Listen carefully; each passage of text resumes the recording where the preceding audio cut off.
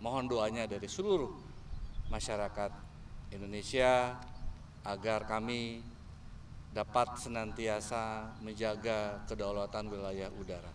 Rekan-rekan media semua yang saya hormati, alhamdulillah pada hari ini tanggal 28 Januari 2025 bertepatan dengan hari ulang tahun ketiga Koop Udara Nasional. Jadi Koop Udara Nasional sebagai penjaga kedaulatan udara negara Republik Indonesia sesuai dengan tugasnya sebagai Kota Maops, kita melaksanakan operasi pertahanan udara dan operasi-operasi udara lainnya sesuai dengan perintah Panglima TNI, dan juga sebagai Kotama Pembinaan atau Kotama Bin, Koop Udara Nasional senantiasa membina dan menyiapkan kesiapsiagaan dalam melaksanakan operasi udara. Tentunya di tahun ketiga ini kami Koop Udara Nasional beserta jajaran di sini lengkap, ada Panglima Koop Udara 1, Panglima Koop Udara 2, dan Koop Udara 3. Mohon doanya dari seluruh masyarakat Indonesia agar kami dapat senantiasa menjaga kedaulatan wilayah udara. Dan ke depan akan banyak alutsista. Bapak Presiden Republik Indonesia akan membelikan beberapa alutsista yang canggih, mulai dari kedatangan radar yang akan datang di akhir tahun ini bertahap sampai dengan 25 radar baru. Tentunya hal ini untuk menutup gap filler atau blind spot area. Kita ketahui masih banyak bolong-bolong di wilayah udara kita. Dengan datangnya 25 radar nanti ini akan menutup semua wilayah kita sehingga mata dan telinga kita akan siaga senantiasa. Dan tentunya hal ini perlu penyiapan sumber daya manusia. Hal ini selaras dengan apa yang diamanatkan oleh Kepala Staf Angkatan Udara. Kita harus menyiapkan sumber daya manusia yang profesionalis. Kemudian juga di tahun depan insya Allah akan datang pesawat-pesawat baru seperti pesawat angkut besar A400, kemudian juga pesawat tempur Rafale akan datang. Juga kita akan menambah pertahanan udara, yaitu misil dengan jarak sedang. Ini tentunya sekali lagi perlu pengawakan dan penyiapan sumber daya manusia yang profesional agar dapat mengoperasikan seperti kata pepatah, man behind the gun. Man behind the gun itu memiliki arti yang luas. Kita harus profesional, cakap dalam mengoperasikan alutsista yang akan menjadi tanggung jawab Koop Udara Nasional. Demikian. Pak, itu terkait dengan kedatangan A400 dan Rafale itu kira-kira berapa personel dari Kopassus yang sudah berlatih ke sana, Pak? Iya Mas, jadi mulai tahun ini itu sudah akan datang, sudah akan dikirimkan para penerbang yang akan belajar ke Prancis untuk mengoperasikan pesawat Rafale. Kemudian juga kita kirimkan personel radar ke Thales, ke Prancis. Ini secara bertahap, tentunya ada beberapa batch ataupun angkatan. Untuk yang pertama ini yang dikirimkan itu yang berkualifikasi instruktur atau calon komandan skadron, karena nantinya penempatannya akan di Lanut Pekanbaru atau Lanut Rusmin Nuryadin, dan secara bertahap kita akan menyiapkan Lanut Supadio di Pontianak. Harapannya ini secara bertahap personil akan kita kirim, dan juga jauh-jauh hari sebelumnya kita sudah bekali dengan bahasa. Kita sudah kursuskan, kita punya kursus intensif bahasa asing, dan juga ada beberapa lecture tentang teknologi maupun sistem pesawat dan radar yang baru. Demikian. Pak, tadi soal radar, bisa dijelaskan nggak sih Pak itu dari mana dan apa aja keunggulannya? Jadi radar yang akan kita terima itu adalah radar GCI.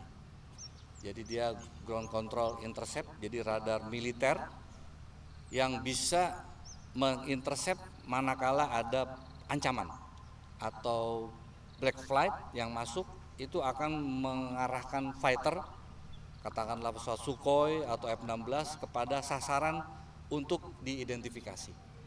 Apakah pesawat ini mengancam atau tidak. Nah, tentunya kemampuan radar ini beda dengan radar sipil karena kita mempunyai secondary dan primary.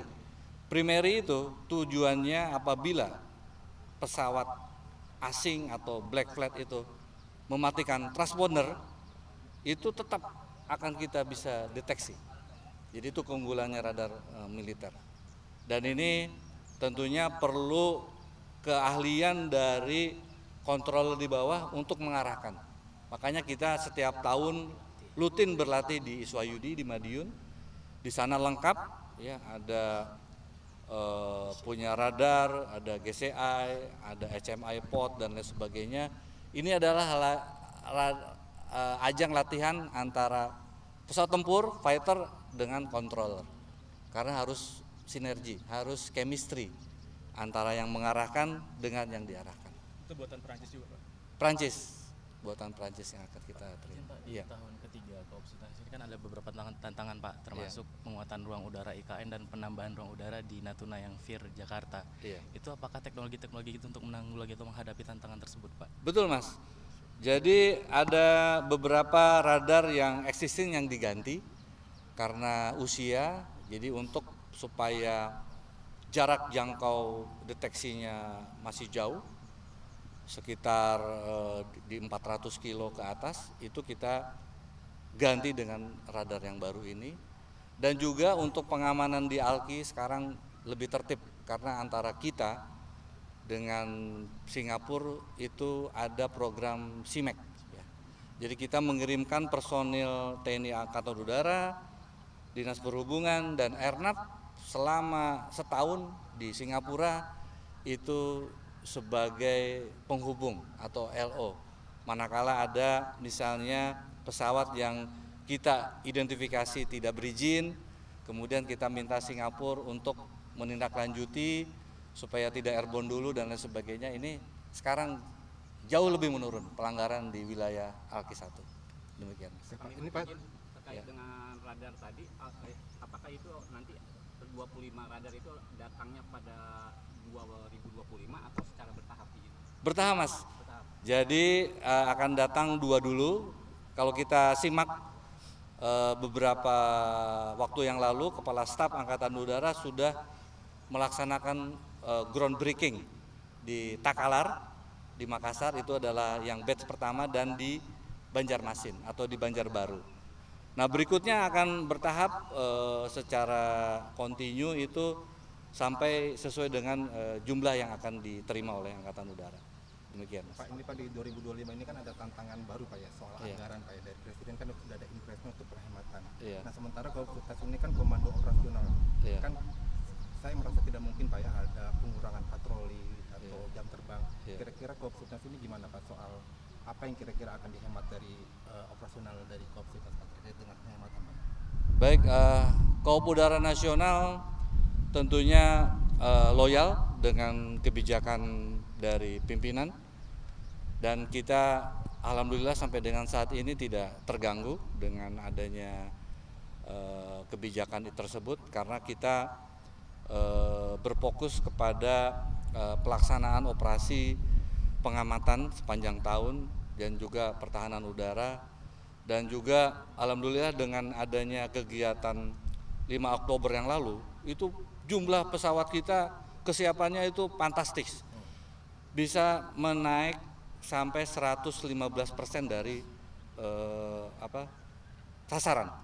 Nah, ini tentunya ada kelebihan 115% ini menjadi tabungan kita untuk tetap mempertahankan kesiapan pesawat udara untuk melaksanakan operasi-operasi yang menjadi tanggung jawab Koop Udara Nasional.